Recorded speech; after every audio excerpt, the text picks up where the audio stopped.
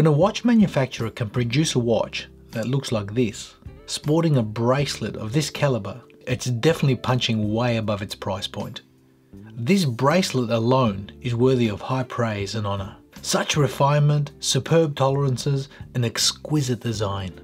Omega calls it the snake bracelet, whereas the watch community seems to have renamed it the Brick Road, and for obvious reasons. Whatever the case, you could be mistaken for thinking that this bracelet belongs in a high horology piece, something like a Patek Philippe. It's that beautifully manufactured and assembled, not only in its look, but also in its execution. It's engineered and designed in such a way, it's timeless. Bravo Omega. The bracelet alone is reason to buy a watch like this. And yet, this watch, albeit quite rare these days, can be had for a fraction of the price of what you'd expect. This same case design with those beautiful flared lugs and Brick Road bracelet was also manufactured for Omega's legendary Central Tourbillon around the same period. Last I checked, that watch retails for around the six-figure mark. And yet, this stainless steel Coaxial GMT Worldtimer is an absolute bargain in comparison. The first time I saw this watch, I fell in love. It's ostentatious, it's not making a secret of the fact that it wants you to look at it. In fact, it wants you to stare, and stare long and hard. But in saying that, this watch can easily be brought back down to earth when matched up with a different strap. This is pure genius.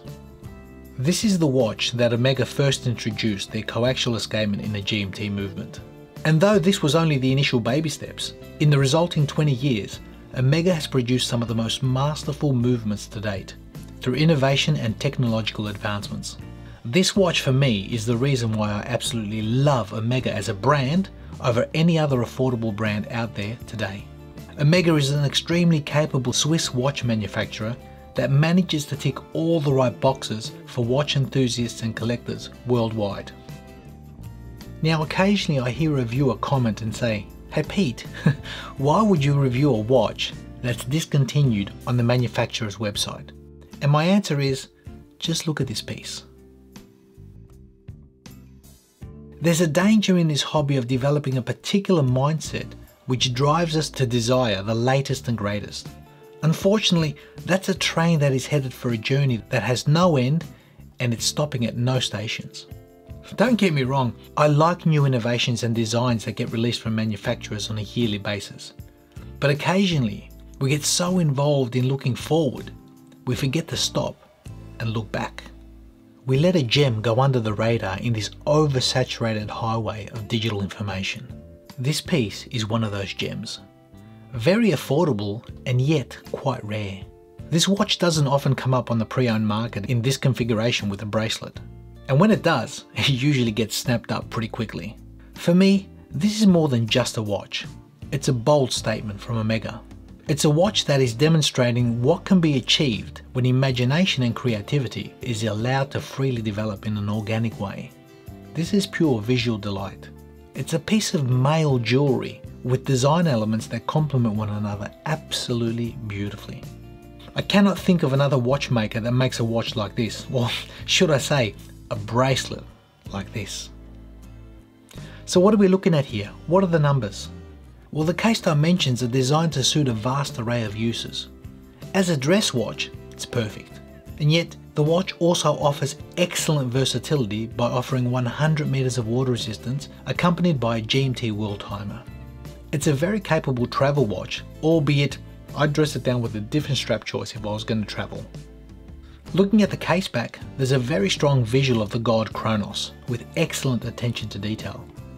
But digging in a little deeper reveals an iron Faraday cage, an age-old innovation for good magnetic resistance. But if I dig down just that little bit deeper, we see a self-winding automatic chronometer. It's a rhodium-plated coaxial escapement GMT, the caliber 2628. 48 hours power reserve, 27 joules, adjusted in 5 positions, COSC certified, free sprung balance. Pretty cool tech for an old watch. In fact, Omega's first coaxial escapement GMT. George Daniels' vision and dream realised. The movement in this model is one of the early foundational pieces from Omega as compared to the current coaxial offerings. And although the watch is now edging close to 20 years in its maturity, the design tech is still valid today. albeit today we see added refinements and materials. You gotta love Omega, guys. Always learning, always growing, and giving us beautiful pieces of historical significance, just like this. I examined the flared stepped out lugs and the way the light plays with the delicate angles of that case. The visual stimuli is extremely satisfying. That stepped bezel adding an illusion of a thinner watch to an already impressive wrist experience. That dial radiates a metallic grey sunburst effect. Very vibrant and very classy tonal range. The depth needs to be seen to be appreciated. The applied indices accompanied by those 24-hour Arabics lead the way to perfect enjoyable time telling, both local and abroad. But it doesn't end there. In fact, that's only the beginning. The hero of this watch is that bracelet. Its design integration with the case looks like a marriage made in heaven. Absolutely timeless. The fine satin brushing on that seamless brick road, accompanied by high polished raised shoulder links, bring an air of beauty and gratification. Something that resembles a long lost generation of artists and painters, the great masters of old.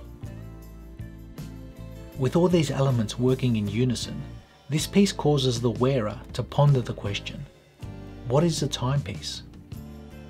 On my wrist, I find myself drifting off, getting lost in a daydream, carefully observing and digesting all the visual elements which resonate in synchronous harmony.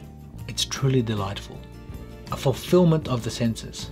I gotta say, Omega, I love the fact that you are able to produce watches that speak to the heart and very soul of my being. I think this is what they call a grail watch. And if that's not the definition, well then maybe it should be. Thanks for watching.